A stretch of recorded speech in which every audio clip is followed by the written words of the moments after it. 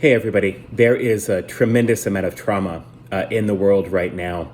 There's a lot of suffering, and all of us are bearing witness to that suffering just so long as we don't turn away.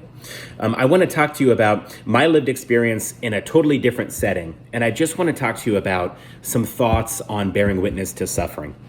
Maybe this is helpful to you. I'm one person. This is one take in one video.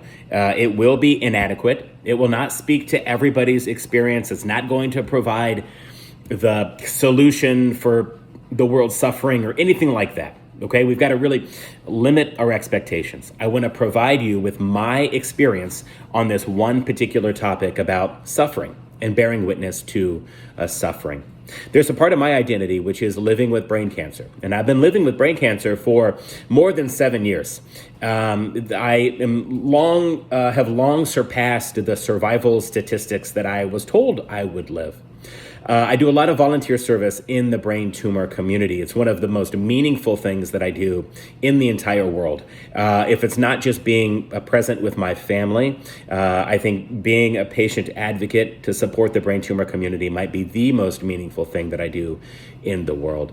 As a part of that volunteer service, I co-facilitate a monthly virtual support group. In fact, we just met this past Sunday. We had 58 people join us on that call Sunday. We always have in the 50s, month after month, consistently. When you bring together 50 people who are impacted by brain cancer, then you are going to have a difficult experience of a lot of trauma, medical trauma, the trauma of watching loved ones die, sometimes people's own children who have died from a brain tumor join us on the call.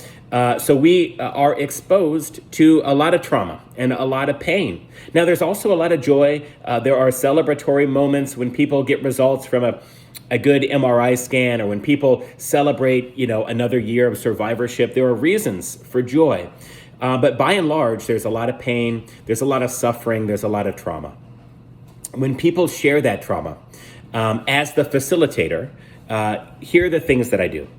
And it's two things. And both of those things are rooted in, I think gratitude might be the word for it. And I hope that's a little surprising to you. Here's what I mean. When someone shares their own experience, if it's painful experience, if it's a traumatic experience, any experience, if it's a funny experience, if it's all those things together, right? Which so often is the case, that things are so traumatic that they also, we create humor around them as coping mechanisms to try to make sense of the senseless things that can happen in the world. So the first thing that I do when someone shares their experience is to thank them. Thank you for sharing your experience. Do you know who owns our experience? We do. No one owns our emotions, the way that we feel, or what our experience is. No one can take your experience away from you. No one can tell you that you're wrong about your own experience. That's what we call gaslighting. So when someone shares with vulnerability, I thank them. Thank you for sharing your experience. Do you know what takes the most bravery in the world? Is being vulnerable, opening your heart, sharing what you are feeling. The greatest fear that people have is public speaking. People do not like to openly and publicly expose themselves to others because it's frightening and it's scary. And will you judge me? And what will you say about the way that I'm thinking and feeling and behaving? Your experience is yours. No one can take it from you. No one can tell you it's wrong. No one can tell you that your experience should have been differently. Your experience is your experience. If you share it with us, thank you. That took bravery, it took courage, it took vulnerability. The first step is to thank someone for sharing their experience, no matter what that experience is. We own our individual experiences. Those are ours to shape, to share, to put into the world, whatever. Thank you. Thank you for sharing. The second thing that I do is issue another thank you. That thank you goes to all of the participants for that month's virtual support group for bearing witness to the experience of another, especially in times of pain and trauma. It is really, really hard to bear witness to suffering. We are all of us experiencing that now, especially those who are living with some degree of privilege. Now, I don't want to get into the bullshit about privilege. We have privilege. If you're seeing me right now, you likely have some privilege. I certainly have privilege. I'm making this video right now.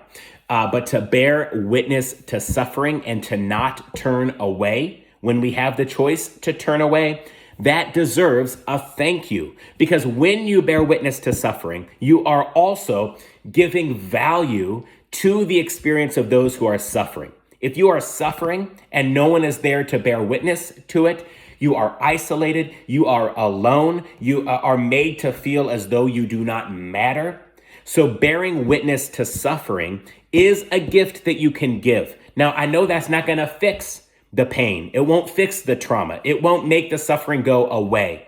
But you are at least providing a measure of presence and a measure of value and a measure of solidarity for being present in the moment, for bearing witness, for not turning away. And people deserve respect and a thanks for doing that. Just as we honor and uplift people's experiences and their courage and bravery and vulnerability to share their experiences, and we thank them for it, so too everyone who bears witness to that suffering.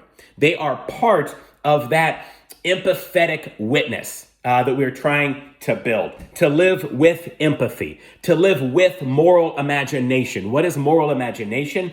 It is embodying the experience of another, not like we are just in those shoes. Rather, it's like, what is the entire life world of that person? And what might it be like to be in that life world, to be experiencing that thing? That takes something greater than empathy. It takes moral imagination.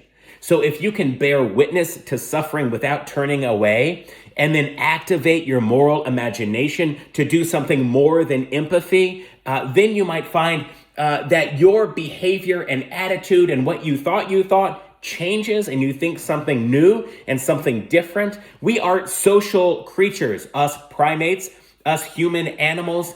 We have pro-social behaviors. I think they include sharing our experiences with bravery, courage, and vulnerability, and giving value to those experiences by bearing witness to them. So wherever you are in the world, this may or may not speak to you. You may or may not think that this is the right thing to say. You may or may not think that my response to this is adequate. But as we are bearing witness to a world of suffering, continued suffering, and we don't know what to do or what to say, I think thank you for those who are sharing their experiences, and thank you to those who are bearing witness without turning away.